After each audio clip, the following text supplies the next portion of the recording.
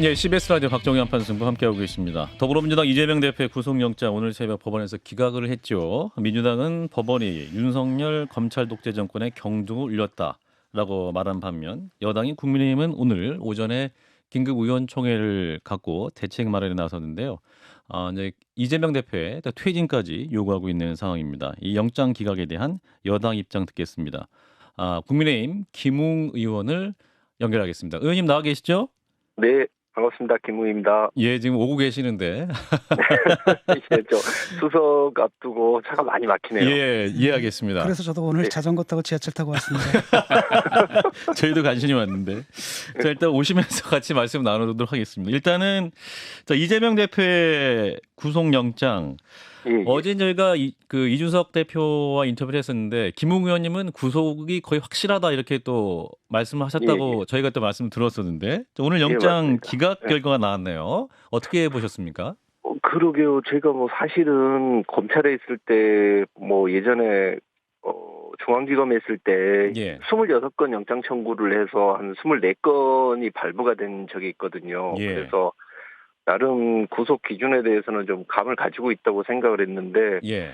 이거는 제가 보기에 뭐 증거인멸이나 도주 우려가 명백해서 한 90% 정도 나온다고 생각을 했습니다. 90%는 나온다. 네, 근데 제가 보기에 이게 한 명의 판사 개인이 짊어지기에는 좀 너무 무거운 짐이지 않았나 그런 생각도 들고요. 과연 이재명 대표는 참 천재인데 범죄 천재입니까? 분야에서 범죄 천재신 것 같아요. 범죄 천재라는 말씀도 너무 과한 말씀 아니십니까? 어떤 의미에서 그런 말씀을 하시나요? 여러 건으로 지금 사실 그 수사를 받고 기소가 되어 있지 않습니까? 예. 근데 제가 뭐 구속을 피하기 위해서 뭐 하이타이를 먹어본 사람도 봤고 정신병원 입원하는 사람도 봤는데 예. 이렇게 그 보궐선거에 들어가서 당대표가 되시고 또 단식까지 하시면서 구속을 피하는 거는 참 제가 봤을 때는 좀 천재적이다라는 생각이 들었습니다. 그럼 단식 자체가 판사의 영장 발부에 영향을 미쳤다고 보시는 겁니까? 어느 정도는 영향을 미치지 않았을까 싶거든요. 판사가 단식 여부를 보고 판단을 하는 것은 비정상적인 행동 아닌가요, 혹시? 제가 잘 근데 몰라서 사실은 말씀드리는데. 이 과정에서 이게 상당히 거친 정치적 쟁점이 되어버렸지 않습니까? 그런 상황이 되었기 때문에 이 그 기각 결정문 중에 보면은 정당의 대표로서 그 공적 감시와 비판의 대상이 되어야 된다라고 하는 부분이 결국 이게 정치적인 부분에서 해결해야 될 문제지 사법적인 판단의 영역을 좀 벗어났다라는 그런 뉘앙스로 저는 읽었거든요. 그런 것들이 전체적으로 영향을 좀 미쳤다고 봅니다. 네, 근데 이제 그 검찰로서는 뼈 아픈 게 직접 증거 자체가 부족하다 이런 것들은 사실 앞으로 향후 재판에서도 불리하고 앞으로 수사를 갖다 이어나가는 데도 상당히 좀 뼈 아픈 지적 아닙니까? 그 백호 편견 사건과 관련해 가지고 증거 자체가 부족하다. 대북 송금과 관련해서 피의자의 인식 이 부분에 대해서 다툼의 여지가 있어 보인다. 이 부분은 어떻게 보십니까? 일단 백현동 같은 경우에 그 기각 결정문 자체 이렇게 돼 있거든요. 피의자의 지위나 관련 결재 문건, 관련자의 진술 등으로 볼 때 상당한 의심이 든다라고 이야기를 하는데 직접 증거 자체가 부족해서 방어권을 배척할 정도는 아니다라고 이야기를 하는데 이 문구 자체가 상당히 좀 부자연스러운 문구지 않겠습니까? 근데 여기에서 보면 또 증거인멸 판단 부분에서는 이렇게 이야기를 합니다. 인적, 물적 자료에 비추어 증거인멸 염려가 없다. 즉 인적, 물적 자료가 지금 충분하다라고까지 또 보고 있거든요. 그래서 지금 확보된 증거가 충분하다? 그렇죠. 여기에서 보면은 직접 증거라는 부분에 대해서 방점을 두고 있는 이유가 사실은 다른 증거들 같은 경우가 지금 확보가 많이 됐다는 의미로 일단 볼 수도 있습니다. 그러니까 예를 들면 이런 거죠. 살인 사건에서 살인을 목격했다고 하는 목격자 진술도 나오고 그 사람의 DNA가 검출된 흉기까지 나왔는데 직접 살인하는 CCTV 장면이 안 나왔기 때문에 직접 증거가 부족한 거 아니냐. 좀 이런 식으로 좀 지나치게 경직되게 본 것 같다라는 좀 생각이 들어요. 그리고 지금 말씀은 김기현 대표가 얘기했던 궤변 같은 결정이다라는 것과 궤를 같이 보시는 이번 판결은 어떻게 봐도 좀 정상적이지 않다는 입장을 보여주시는 결정문 자체로 봤었을 때 저는 좀 앞뒤가 안 맞는 말이 많은 게 예를 들면은 이제 대북 송금 같은 경우에 이화영 진술에 대해서 예. 범죄 소명 부분에 있었을 때는 다툼의 여지가 있는 근거로 이렇게 봤거든요. 예. 근데 증거인멸 염려 부분에 갔었을 때는 임의성이 뭐 인정이 되고 그거 신빙성 여부는 법정에서 다투면 된다라고 이야기를 하고 있는데 예. 같은 이화영의 진술이 범죄 소명과 증거인멸 염려 부분에 있었을 때 전혀 다르게 지금 판단이 되고 있거든요. 그러니까 이런 부분들이 좀 사실은 뭐 제가 뭐 법원의 결정 자체에 대해서는 일단 다 수긍을 해야 된다는 입장이지만은 예. 사실은 제가 이제 법률가적인 입장으로 봤었을 때 쉽게 수긍되기는 좀 어려운 그런 내용들입니다. 그러니까 지금 수사기관의 진술의 임의성 부분은 사실 예전 같으면 검사 앞에서 진술한 무조건 법적 증거로 판사가 채택할 수도 있었지만 그것이 이제 배제된 상태에서 이화영 지사가 실제로 무슨 생각을 했고 어떻게 말을 했는지는 실체적으로 따져보자라는 정도의 이야기는 판사가 당연히 할 수 있는 거 아닌가요? 아니요. 여기서 그러니까 임의성 자체가 뭐냐면 여기 예. 이제 중요한 게 이 부분이 그거죠. 이화영 씨가 대북 송금 사건을 그 이재명 지사에게 보고했다라고 예. 검찰에서 진술을 했고 그걸 법정에서 그 진술을 한 게 사실이고 맞다라고 이야기를 한 겁니다. 예. 근데 그거를 이화영 씨 배우자하고 그다음에 민주당의 관계자 그리고 박모 의원이 가서 그걸 뒤집고 그거를 이제 옥중 서신으로 받아가지고 오는 거죠. 이게 지금 과연 이제 증거인멸 시도냐 아니냐라고 이야기를 하는데, 예. 이 기각을 하면서도 그 결정문 자체에서도 이 민주당 측의 진술 번복을 하려고 하는 시도는 있었다라는 것을 인정을 하고 있습니다. 예. 다만 이재명 지사가 직접 지시했는지가 아직 직접 증거가 없고 두 예. 번째로 이렇게 진술을 번복을 하더라도 검찰에서 진술한 내용의 임의성이 충분히 인정된다. 그러니까 이게 강요로 이렇게 진술한 게 아니고 그 자유로운 상황에서 진술한 것이라는 걸 인정이 된다. 그리고 진술을 그렇게 번복해도 결국 뭐 신빙성 판단하면 되니까 별 의미 없다. 그런 시도 자체가 별 의미 없다. 이런 식으로 이야기를 한 것인데 사실은 이게 결과가 뭐 별로 성공을 못한다고 하더라도 증거인멸 시도 자체는 좀 엄히 봐야 될 것 같거든요. 예. 그리고 이재명 지사가 지시를 했는지를 정확히 알 수 없다라고 이야기를 하는데 사실 이게 상식적으로 지금 이 법정 진술이 뒤집어지면서 이익을 보는 사람은 딱 한 명이거든요. 이 지구상에서 인류 60억 명이 있으면 그중에서 이화영 진술이 번복이 됐을 때 이익 보는 사람은 이재명 지사밖에 없는 거고요. 이재명 대표밖에 없는 것이고 결국은 이 부분에 있었을 때 누가 시켰느냐를 떠나서 만약에 대표 주익을 유지를 하면서 계속 불구 상태에서 수사나 재판을 받을 때 예. 그 주변에 있는 민주당 측의 관계자가 지금과 같은 그런 시도를 계속 한다는 거죠. 그게 본인이 꼭 지시를 했다 안 했다를 떠나서 알겠습니다. 그런 우려가 계속 존재한다는 자, 거죠. 이런 상황에서 이제 검찰이 좀 다소 당황스러운 상황인 건 사실인 것 같습니다. 그리고 한동훈 그렇죠. 법무부 장관도 국회에서 이제 영장 청구 이유를 설명을 할 때 증거 부분에서도 말씀을 하려고 했는데 이제 민주당 의원들이 굉장히 큰 소리 야유를 하면서 그 부분을 구체적으로 설명을 못 하고 이제 내려간 상황도 있었는데 이제 판사가 판단해 보니까 지금 직접 증거 자체가 부족한 현 시점이다. 이 문구를 보고 이게 지금 국민들 바라보시는 국민 입장에서는 좀 구체적으로 뭔가 밝혀지게 원했었었는데 이게 또 나오는 게 없다 보니까 검찰 혹은 또 한동훈 장관을 바라보는 국민적 시각 자체도 좀 부정적으로 갈 수밖에 없지 않겠느냐. 또 이분들도 부담스럽지 않을까요? 아무래도 이번 건에서 제가 정확히 보면 시간을 보게 되면은 민주당이나 국민의힘 자체는 사실 어떻게 보면 무승부라고 볼 수 있는 게 무승부다. 결국 그 내용 잘 보시면은 직접 증거가 부족하여 방어권을 배제할 이런 식으로 이야기 나옵니다. 배척될 그러니까 정도에 이른다 단정하기 어렵다. 그렇죠. 예. 그러니까 방어권 부분에 있었을 때만 문제가 되는 것이지 사실상 이걸 잘 유무죄 다툼은 아니다. 그렇죠. 그거에 대해서는 큰 문제는 없다고 보는데 일단 한동훈 장관 같은 경우에는 이제 정치적으로 일단 뭐 타격을 입는 거는 뭐 사실인 것 같은데요. 예. 근데 이제 아직 재판이라는 또 상황이 있고 과거에 뭐 조국 교수 같은 경우도 영장이 기각되고 그랬지만은 결국은 뭐 저 재판 과정에서 사실이 거의 다 밝혀지지 않았습니까? 예. 그래서 이거는 또 이제 또 진행이 되다 보면은 또 반전이 있을 것이라고 저는 생각을 합니다. 그러니까 이제 그게 문제가 되는 거니까 검찰이 불구속 기소해서 재판정에서 따져서 예를 들어서 유죄를 받아내서 검찰이 옳았다라고 입증하면 되는데 예.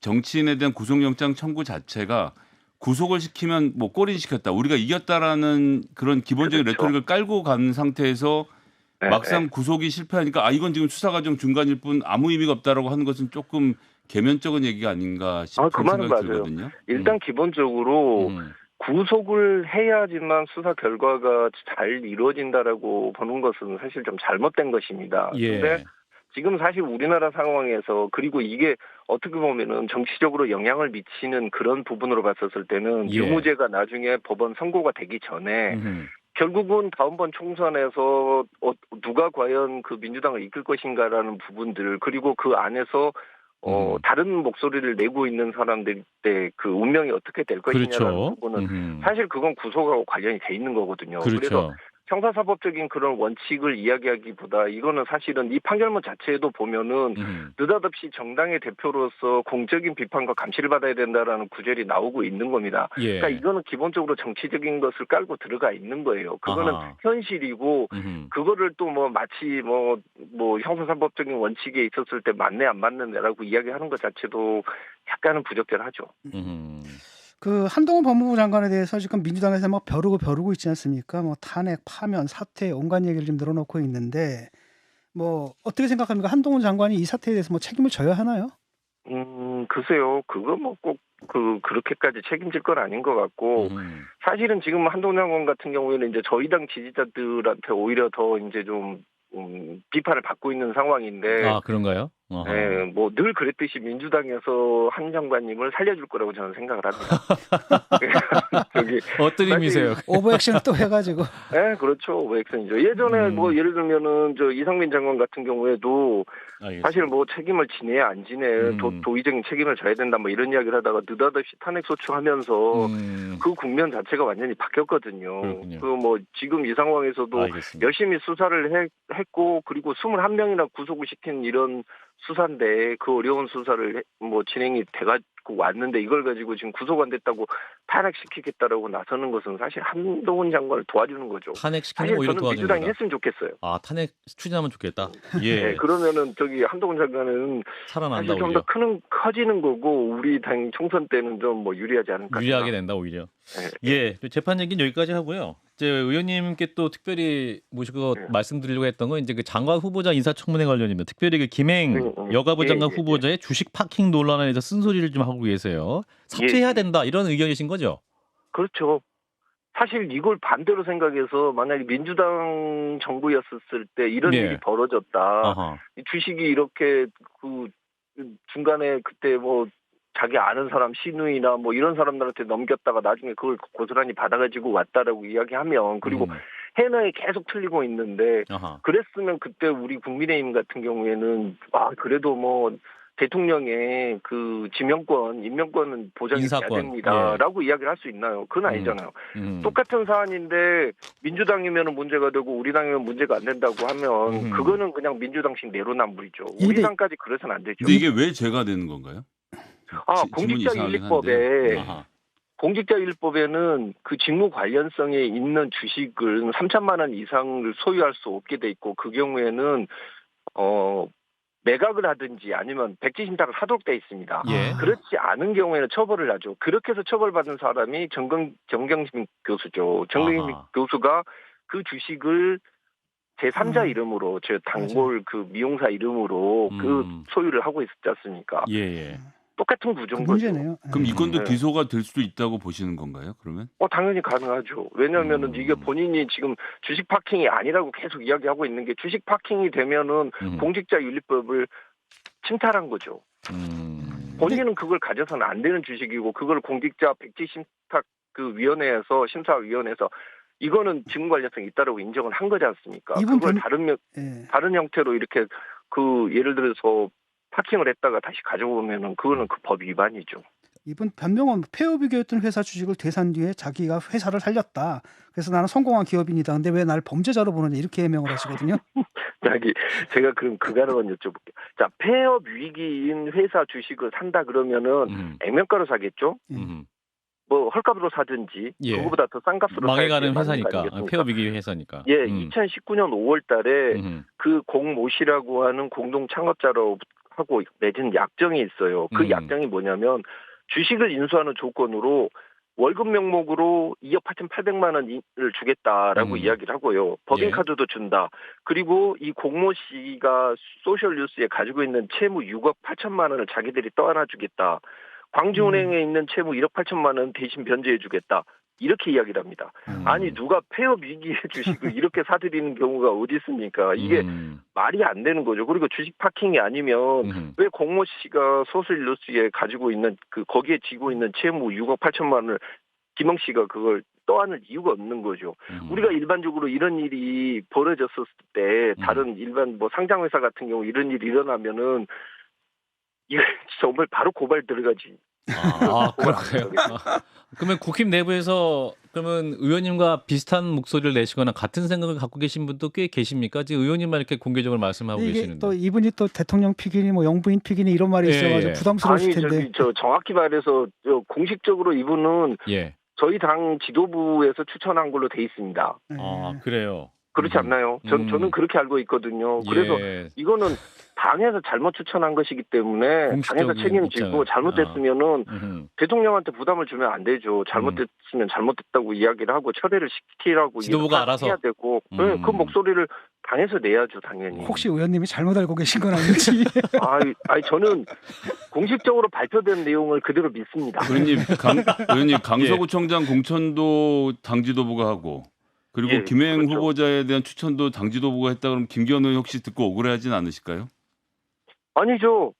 그게 사실이 아니면 사실 아니라고 말해야 되는 게 정치인의 그 책무 아닙니까? 본인이 그렇게 이야기를 해놓고 그렇게 믿었다고 해서 그게 억울하다라고 이야기를 하면은 그거는 그러면은 정치인 말은 무조건 다르게 들어야 된다 그런 뜻이 되는데 그거는 저는 좀 도리에 안 맞다고 생각을 하고요. 네. 사실은 이 부분에 있었을 때는 대통령께 이거는 제가 보기엔 김행 후보자 같은 경우에는 저 민사 판결문 같은 경우를 처음부터까지 면밀히 다 분석을 했거든요.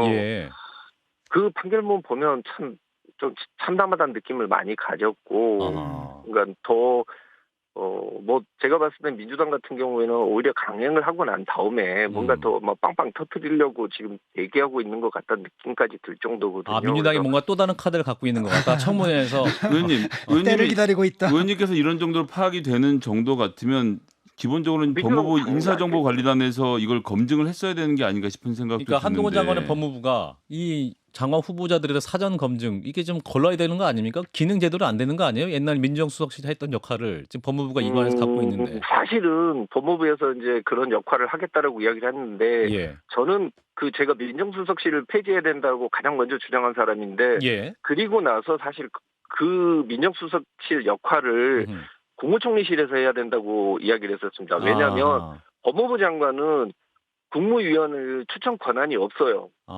그래서 엄밀히 말하면 법무부에서 검증을 하겠다라고 나서는 것 자체가 현실적으로 매우 어렵습니다. 이런 인사 추천을 하는 그 국무총리실 하나에 인사 검증을 하는 걸로 바꿔야죠. 지금 이 경우에도 보면은 사실은 저는 좀 미스를 하고 놓쳤다고 보거든요. 인사검증 부분에서. 그렇군요. 이제 다음 달 5일이면 청문회 실시를 야당이 단독 의결할 상황이기도 하고 지금 대통령의 인사 스타일을 보면 어떤 뭐 인사청문부가 채택이 안 되더라도 강행될 가능성이 많아 보이는데요. 글쎄요. 또 이제 대통령께서 뭐 꼭 그렇게 뭐 본인 생각만 이렇게 관철하시는 분은 아니고 이런 거 다 이렇게 한번 지켜보고 계실 거예요. 지켜보시면서 아무래도 지금 강서구청장 선거도 있고 총선도 있고 이런 상황이 되기 때문에 이게 좀 부담이 된다고 생각하면은 물론 대통령께서 상당히 의리를 중요시 여기시고 한번 사람 믿으면 끝까지 믿는 그런 분이시긴 하지만은 이 경우는 사실 일반적으로 봤을 때 국민들이 납득하기가 좀 어렵잖아요. 변명이 너무 많이 바뀌어요. 너무 많이 바뀌는데 그걸 자기가 이거 다 가짜 뉴스다라고 이야기를 하고 있지만은 그 변명들이 결국 다시 틀린 걸로 계속 나오고 있지 않습니까? 이 상황에서 어떻게 계속 끌고 갈 수 있을까요? 알겠습니다. 오늘 김웅 의원님 전화 연결했는데요. 굉장히 잘 들리는데 현장에 오시면 더 잘 들릴 것 같습니다. 다음에는 꼭 그 스튜디오에서 모셔서 말씀 나누면 좋겠습니다, 의원님. 저 정말 꼭 한번 나가고 싶었는데. 모실 겁니다, 저희가. 명절 잘 보내시고요. 국민의힘 김웅 의원이었습니다. 좋아요, 구독 알림 설정.